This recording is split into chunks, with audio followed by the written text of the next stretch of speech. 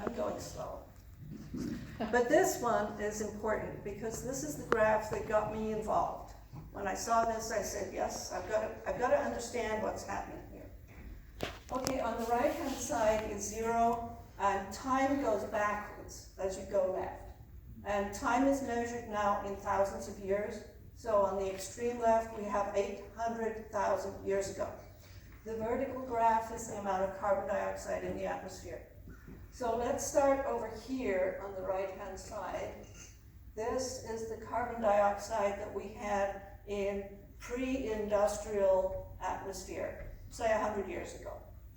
As you go back in time, the carbon dioxide levels drop, and you're actually going into the last ice age. The temperatures also drop. As you go through the ice age, down here, carbon dioxide stays pretty low. As it rises here, this was the interglacial, the warm period before the last ice age. And you can see as you go back, the ice ages came and went, and we won't go into why they came and went, but it's an interesting story. Okay, this is where we are right now. Oh, carbon dioxide has not been this high for millions of years. The last time the Earth was this warm, sea levels were 30 feet higher than they are now. The last time carbon dioxide was this high, sea levels were 200 or 300 feet higher than they are now. So this is why we pay attention to this. Okay, you know that climate change brings droughts and floods. Hurricane Harvey has much more water because the warmer atmosphere can hold more water. In some places, however, you get droughts. This is a lake that disappeared. Now let's go back to sea level rise. Here's sea level rise from 1993 to current. It's gone up a few inches during that period. This is a global measurement. Notice the scary thing here is not just that it's going up, but that it's going up faster now than it used to. And so predictions for where sea level is going to be at the end of this century vary from 3 feet higher than now to maybe 10 feet higher than now, depending on whose model you like and so on. Let's say it's 3 feet higher than now. We'll call it a meter. Here's Florida, our lowest and flattest state. This is what 1 meter sea level rise does for Florida. The orange parts here will be underwater. That will affect 1.5 million people, and maybe even more because the salt water tends to intrude, so people that have good, clean water wells way inland may find that they get salt water in their water wells. But let's say that it's only 1.5 million people. Those people may want to leave Florida.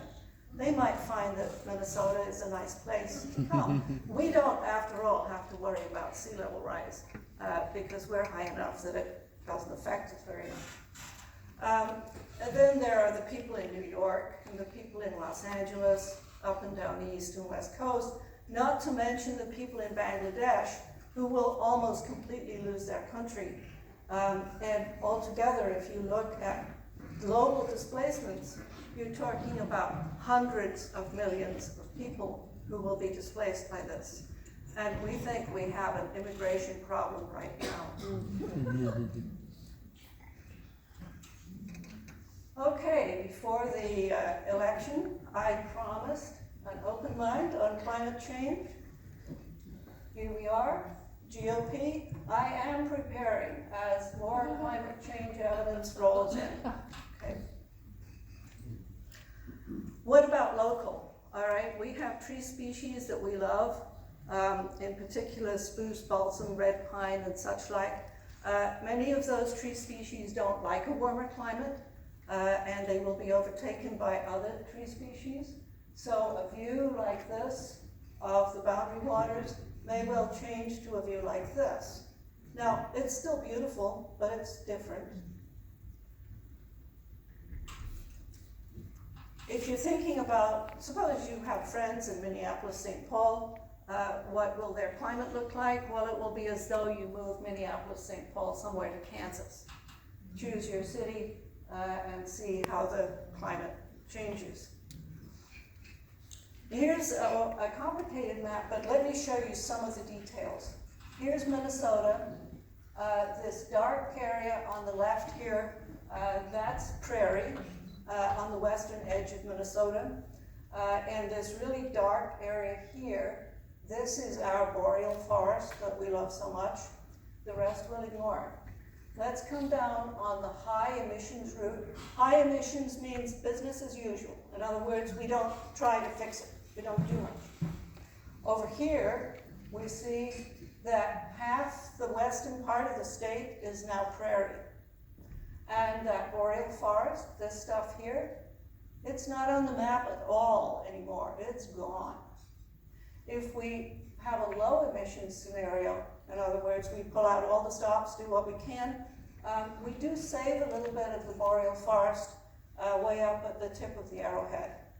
At the moment, this boundary between the two forest types is moving north at 3 miles a year. Okay, other changes in Minnesota. It's been the wettest year on record. Nutrient runoff makes algae in lakes. Many things are happening. In the Star Trib today, it points out that 2/3 of the USA bird species face extinction.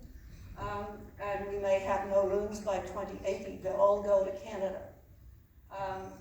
The map at the top shows you how Lyme disease has changed between 2001 and current. The map at the bottom shows West Nile virus, which used not to be an issue at all, and now is an issue. And of course, all of this affects disproportionately low-income indigenous communities.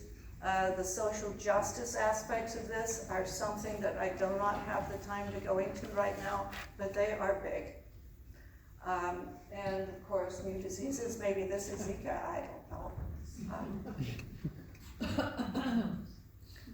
In St. Paul this spring, major Minnesota companies are concerned they need to have a predictable future so that they can plan. Here they are campaigning to get walls, to change some of the laws. Okay, we'll move on. He's addressing some solar installers and wind turbine installers.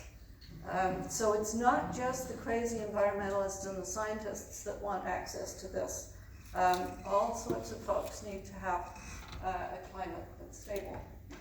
Okay, we have a DFL-dominated House and a GOP-dominated Senate. The Senate stymied many good bills in the House in 2019. In April, there was a statement, greenhouse gas emissions resulting from human activities are a key cause of climate change. All right, all 75 Democrats agreed with this. 4 brave Republicans agreed with us. 5 not quite so brave Republicans abstained, and all the rest voted against. Here are DFL proposals in the House. Carbon-free power grid by 2050. Expand community gardens. Solar on schools and parks. Electric buses. Rebate for electric cars and Clean Cars Minnesota. That means adopting the California standards. Clean energy first means if a power company wants to add power, they have to add renewables before they add coal or gas. All of these policies passed in the House and failed in the Senate, so nothing was done.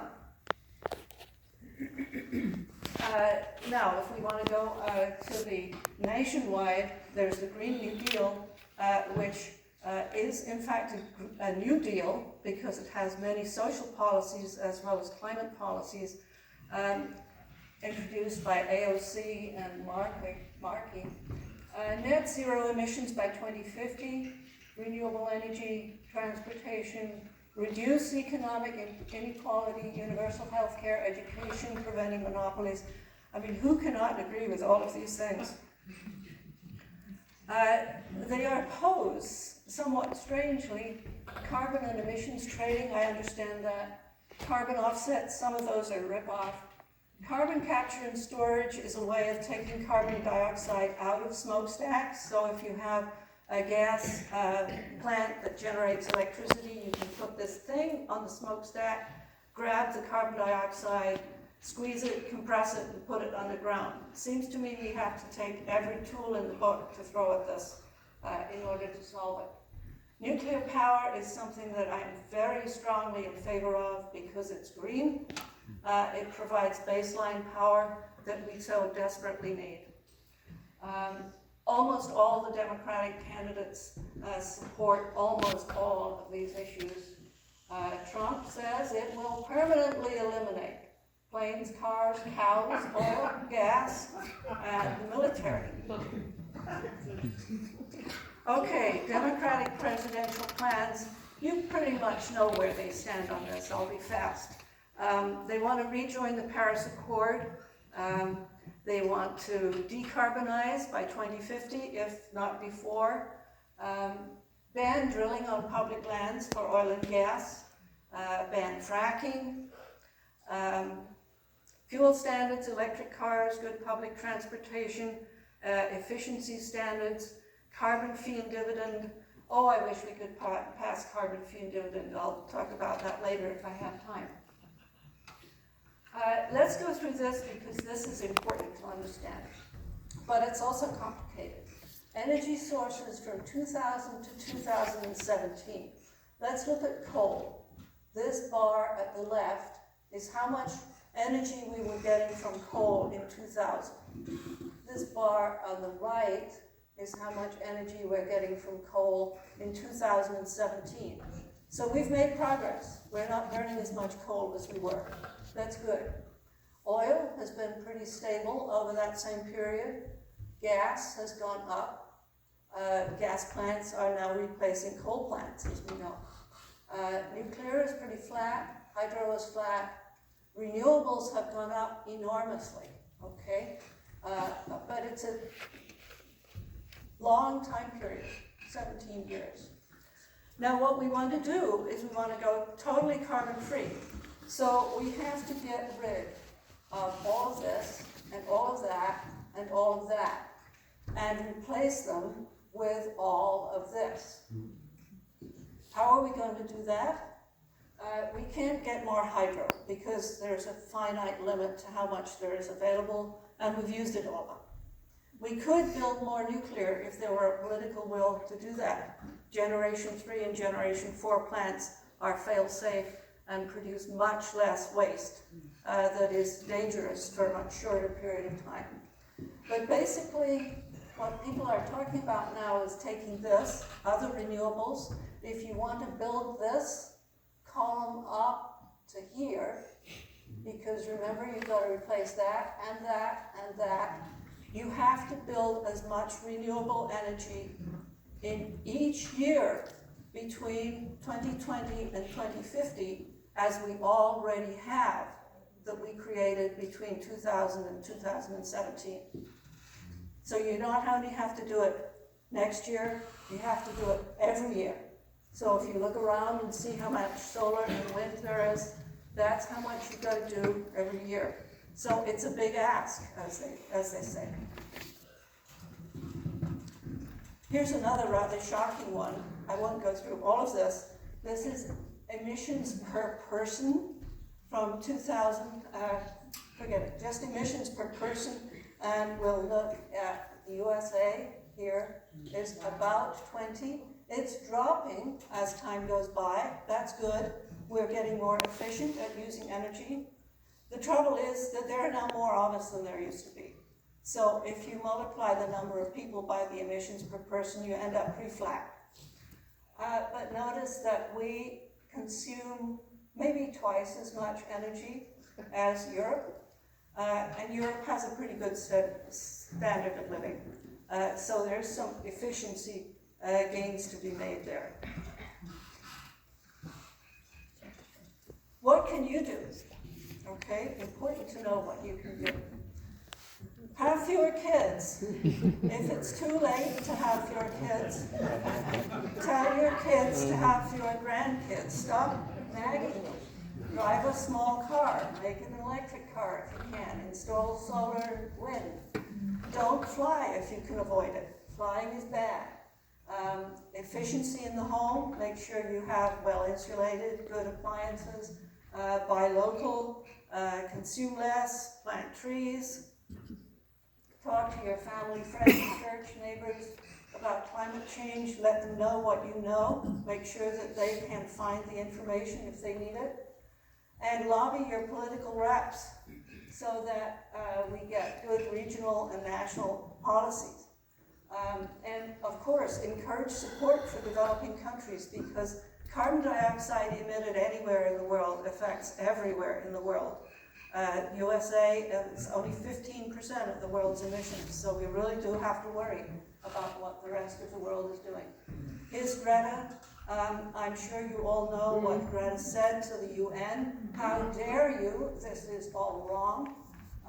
And my cartoon there on the right, I won't read this because we are getting short of time. I was at the students' climate strike in St. Paul, and there were all these wonderful signs that the kids had made themselves that I think are just so good. And these kids really got it. They know what has to be done. Why should we be going to school if we don't have a future? Lose the eyes, pay the price. We are not exempt from extinction. You can't comb over climate change. Which green do you see? Okay, isn't that cute? Save the planet is what her sign says. I'm done. Thank you.